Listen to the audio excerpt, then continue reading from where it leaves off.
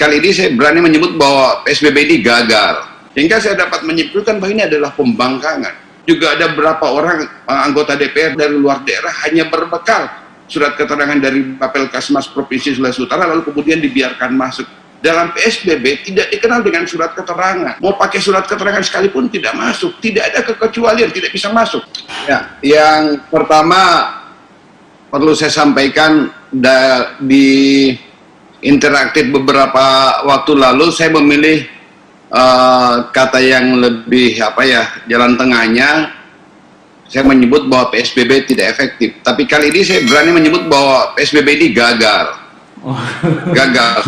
Bisa bayangkan pada saat pertama kali PSBB itu digelar, saat itu yang positif terkonfirmasi COVID itu hanya berjumlah 11 orang.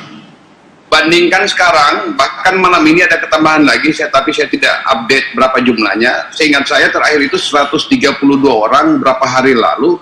Jika dilihat kenaikannya itu 1.200%, ini mengejutkan. Sangat-sangat mengejutkan. Makin tinggi ya, jumlah orang terkontaminasi COVID, maka potensi meninggal dari pasien tadi juga makin tinggi. Saya coba ambil contoh ya, misalnya untuk Amerika itu dari 1,91 juta yang sudah positif COVID itu meninggal sebanyak 110.000 orang atau setara 5,7%. Itu Amerika untuk per hari ini. Indonesia hari ini 28.800 sekian yang positif COVID atau terkonfirmasi COVID, meninggal 1.721 atau setara 5,97%. Untuk Gorontalo memang agak bagus, dari 132 sekian ada ketambahan tadi, saya belum update, yang meninggal itu sebanyak 6 orang atau setara 4,5%. Angka untuk Gorontalo untuk sementara memang kelihatan menggembirakan, tapi juga jangan terlalu berharap bahwa tingkat kematiannya tetap dalam angka yang rendah seperti itu, tapi ini bisa bergerak naik jika populasi kita atau penduduk kita lebih banyak lagi atau bertambah yang terkonfirmasi COVID. Ada beberapa penyebab dalam pandangan saya. Pertama, bahwa penegakan hukum ini yang sama sekali kata orang Manado bilang lombok. Hukum sama sekali tidak berwibawa. Tidak ada supremasi hukum untuk penegakan untuk penanganan COVID maksudnya di Gorontalo. Contoh sederhana bahwa kemarin saat kita lagi panik-paniknya dibanding sekarang, kalau menurut Pak Punco ada semacam apatisme dari masyarakat menganggap bahwa PSBB COVID ini tidak lagi sebagai ancaman yang serius. Saat itu, saat kita panik, justru misalnya pemerintah melonggarkan perbatasan dengan tanpa menghalangi kedatangan 6 orang dari luar negeri, meskipun mereka tidak positif COVID, tapi sesungguhnya itu adalah mengganggu kewibawaan penegakan hukum terhadap pelaksanaan PSBB. Lalu lebih hal yang terkait fakta menyangkut pandemik ini, misalnya kemarin ada pasien yang terkontaminasi lewat hubungan usaha atau misalnya mereka karyawan toko elektronik. Informasi saya peroleh bahwa mereka bekerja di toko itu lalu kemudian terkontaminasi karena bekerja di toko tadi. Sejujurnya atau seharusnya toko tadi itu ditutup karena dalam peraturan gubernur nomor 15 maupun peraturan gubernur nomor 18 perubahannya tahun 2020, toko semacam toko elektronik itu tidak dibenarkan dibuka, harusnya ditutup karena memang toko elektronik tidak menyediakan bahan pangan ataupun tidak terkait dengan masalah kepentingan komunikasi ataupun layanan kesehatan ya, untuk maupun bahan pangan. Berikut, di samping itu tidak ibanya penegakan peraturan gubernur tadi, kita juga punya problem, tapi sebenarnya ini lebih orang yang memiliki kemampuan keahlian dalam epidemiologi. Tapi saya sekedar mencatat bahwa rasio tes terhadap penduduk untuk Gorontalo ini sangat rendah. Ya, tes tes untuk COVID untuk Gorontalo hanya 0,198 terhadap 1.000 penduduk. Itu per tanggal 29 Mei 2020 sebagaimana yang dirilis oleh UNG.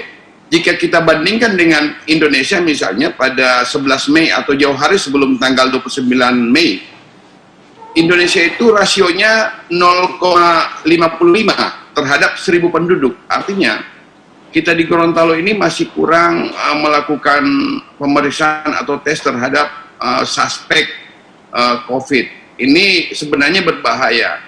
Jika saja kita pelaksanaan tes seperti itu sangat rendah, lalu kemudian angkanya yang sudah melonjak, bisa jadi ketika rasio ini ditingkatkan atau tes kepada penduduk lebih ditingkatkan, maka bisa mungkin yang terkontaminasi COVID ini lebih banyak lagi, begitu.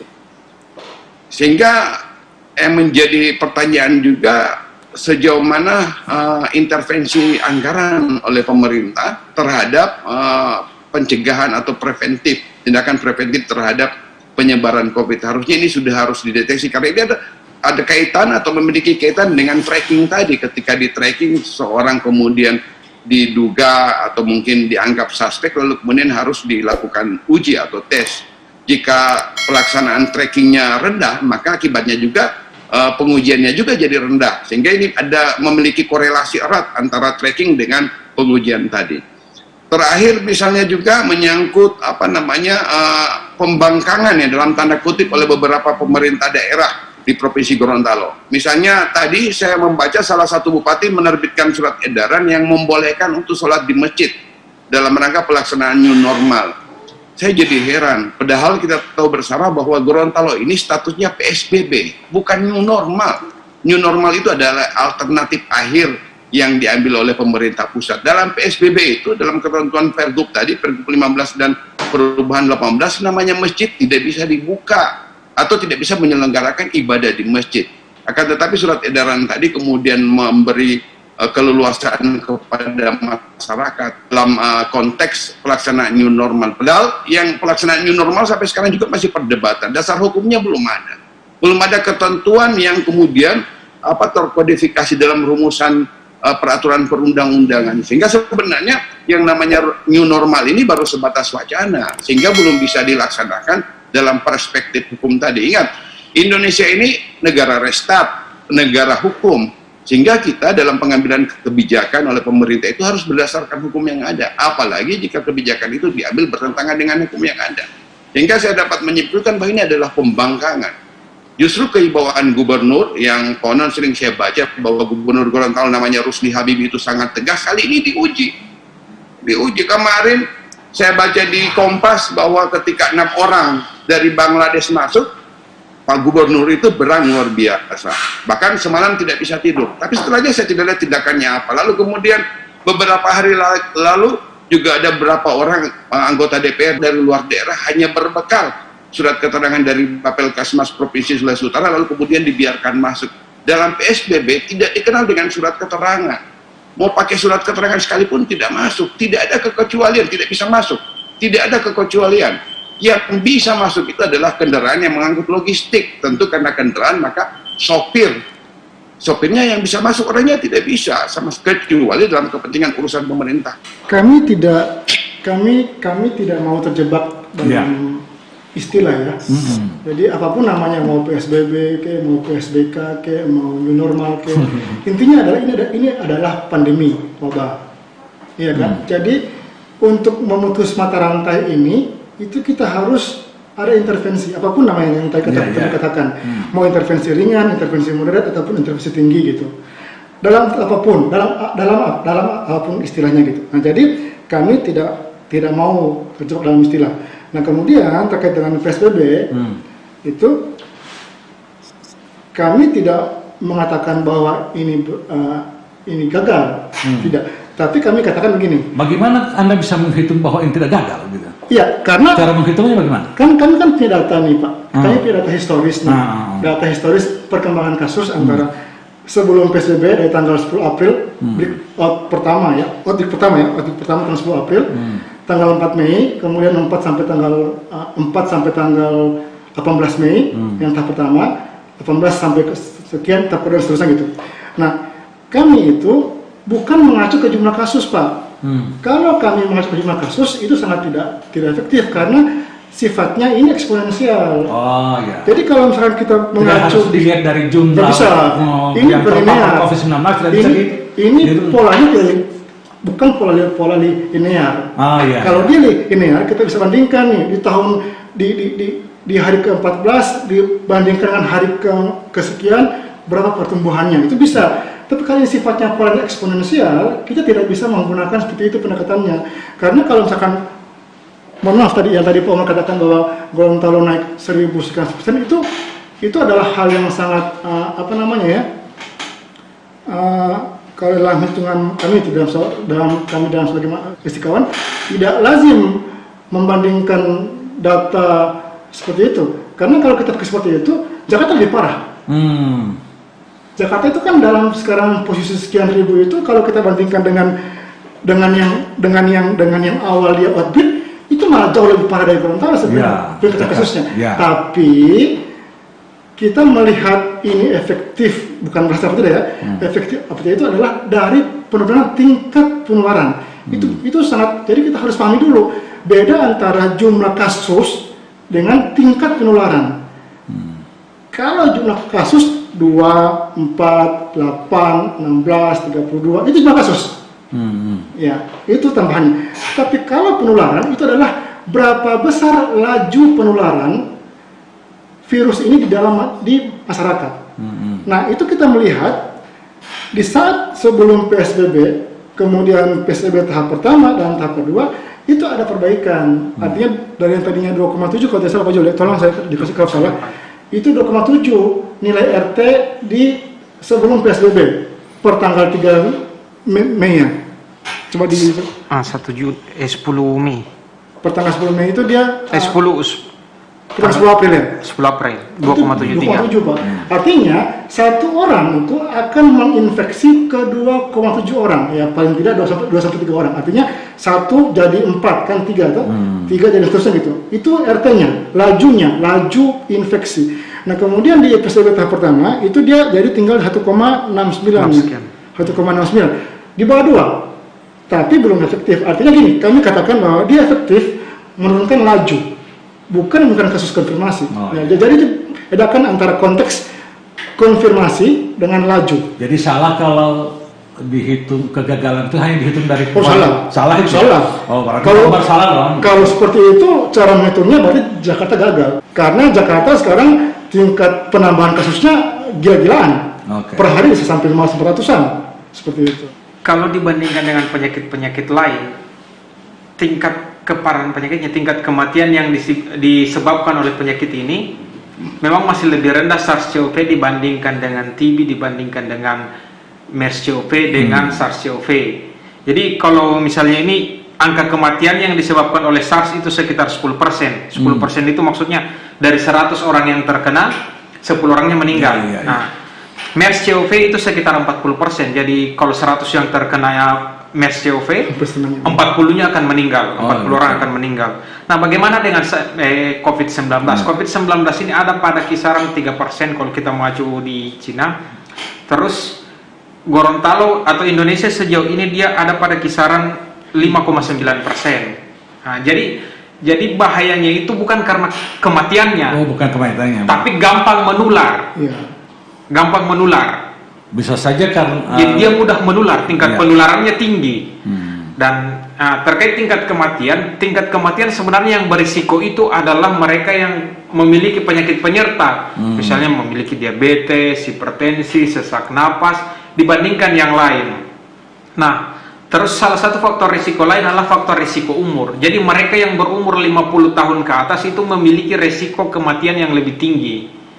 Nah, itu tingkat kematian. Nah, terkait dengan penilaian terhadap PSBB memang perlu ada indikator kunci yang harus dinilai kapan dia dikatakan gagal dan kapan dikatakan berhasil. Nah, beberapa indikator yang secara teori yang saya pahami bahwa ada indikator prosesnya, ada indikator hasilnya. Kapan dia dikatakan berhasil? Prosesnya itu adalah bagaimana kepatuhan beraktivitas di masjid, tempat-tempat umum, termasuk perilaku hidup bersihnya. Nah, indikator hasil adalah indikator epidemiologinya. Bagaimana nilai R-nya, bagaimana tren kasus positifnya, tren kematiannya. Nah, itu merupakan salah satu indikator untuk menilai apakah PSBB ini berhasil atau tidak. Oke. Ini contoh ya.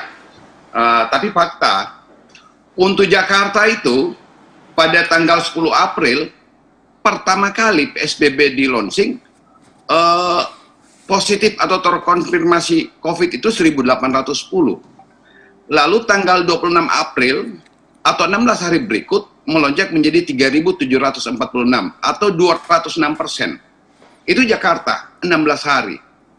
Kenaikannya 206%. Di kita, pada tanggal 4 Mei, launching pertama itu 11 yang konfirmasi, konfirmasi COVID. Lalu kemudian, pada tanggal 20 Mei, itu 44, naik 400%. Bayangkan kita di waktu yang sama, di periode waktu yang sama, justru kita mengalami lonjakan. Bahkan coba dibandingkan dengan Sulut. Sulut itu 4 Mei saat kita pertama PSBB hanya 45. Tanggal 20 Mei atau 16 hari berikut, 152 konfirmasi COVID. Naiknya hanya 337%. Kita PSBB justru kenaikannya naik. Sulut rendah.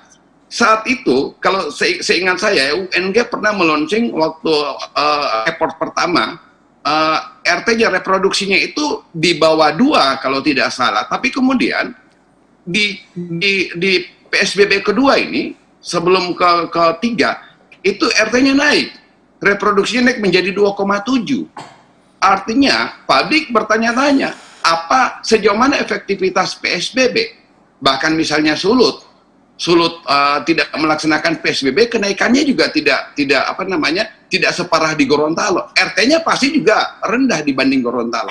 Nah, di Gorontalo ini sudah 3 kali, dan bahkan sekarang kalau diwacanakan lagi PSBB ke jilid keempat, wah ini publik bukan lagi apatis, publik akan berang, publik akan marah. Karena apa? Hampir tidak ada manfaat dari pelaksanaan PSBB. Itu yang saya sampaikan tadi, bahwa publik menghitungnya secara sederhana tanpa mengkalkulasinya dengan berbagai. Kalau saya sih sebenarnya kita setuju dengan Pak Bobi bahwa coba kita keluar dulu dari logika istilah-istilah PSBB, lockdown, new normal atau apa, karantina wilayah, lingkungan, rumah. Sekarang pertanyaannya gini, coba ajukan metode penanganan yang legal ya untuk menurunkan RT dan R0. Coba ajukan. Kalau lockdown tentu kita nggak mungkin. Karena itu pasti lebih berteriak lagi orang-orang. Oke.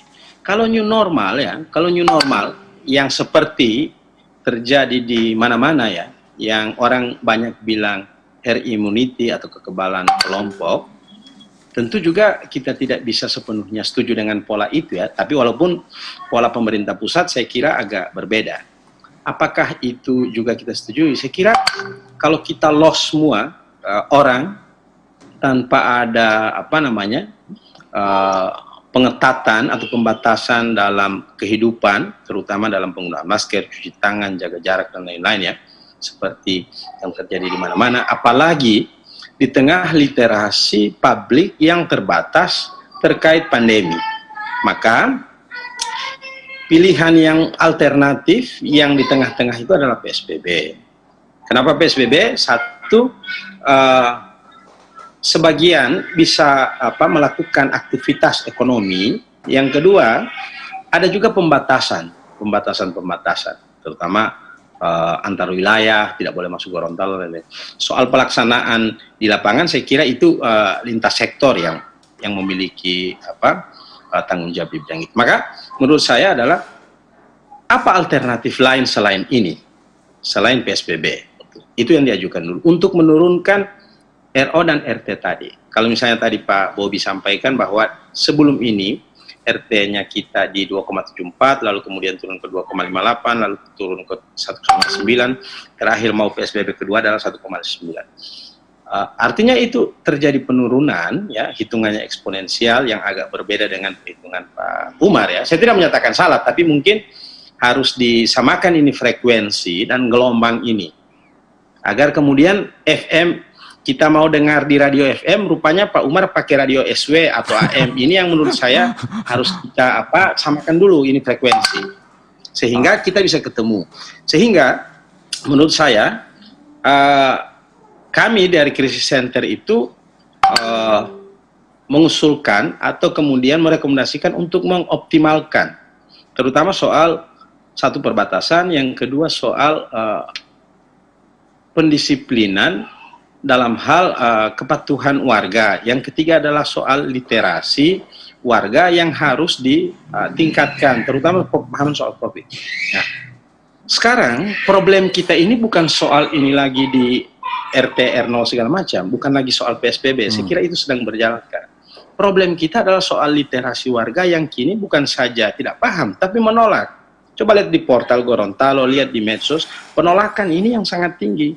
Kalau penolakan tinggi terhadap COVID, pasti orang tidak mau ikut protokol. Bahkan yang muncul adalah provokasi-provokasi untuk melawan petugas, melawan gugus, melawan protokol. Ini yang menjadi kendala kita semua. Sehingga menurut saya, semua stakeholder harus bersama-sama, kolaborasi untuk apa? Untuk bagaimana ini mencerahkan warga, melakukan untuk meningkatkan literasi warga, pemahamannya terkait COVID. Apalagi misalnya kalau kita bagi di konteks Gorontalo, di ruang publik tadi ya, misalnya mall, kantor, sekolah, resto, saya kira orang datang ke situ itu orang yang sudah punya literasi tinggi, satu. Yang kedua, mereka juga itu sudah paham betul soal protokol. Sehingga kalau kita lihat gambaran epidemiologi tadi, penyebaran itu tidak di situ. Penyebaran tadi itu di lingkungan-lingkungan komunitas, keluarga yang misalnya kalau orang pakai pakai masker, orang tidak mau jabat tangan, itu pasti akan disebut, taliti jamu tolong ala, kali pakai masker walau utatio, walau tamani dia segala macam itu.